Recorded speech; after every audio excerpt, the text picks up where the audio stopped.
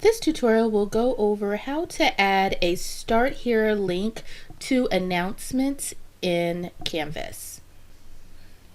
Starting on the home page, I just clicked on the side for announcements. Once I'm here, I'm going to add an announcement. So once you're here, you can go on ahead and place your title.